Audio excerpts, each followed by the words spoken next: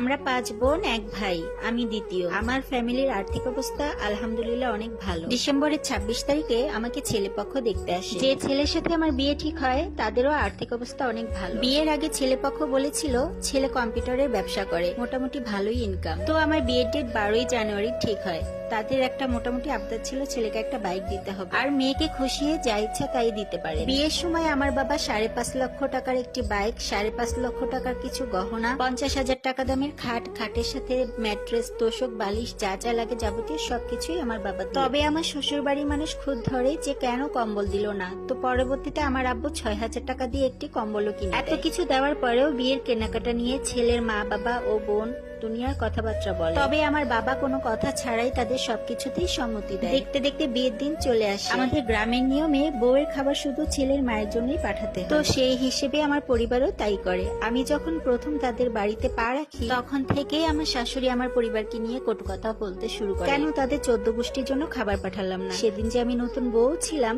তারপর সেদিন আমাকে ছাড় দেয়নি তিনি। শুধু কি তাই, পরের দিন বউ ভাতের সময় আমার বাবার সাথে আমার পুরো পরিবারের সাথে আমার শাশুড়ি আর ননদ অনেক তর্কাতর্কি করেন। অথচ যিনি আমার সদ্য বিবাহিত স্বামী সেদিন তার মা বোনকে কিছুই বললেন না। আমার বাবা মা সেদিন অনেক অপমান বোধ করেছিলেন। পরবর্তীতে ফের যাত্রায় আমার বাবা বড় বড় পাতিলে গরুর মাংস, খাসির মাংস, মুরগির রোস্ট, রুই মাছের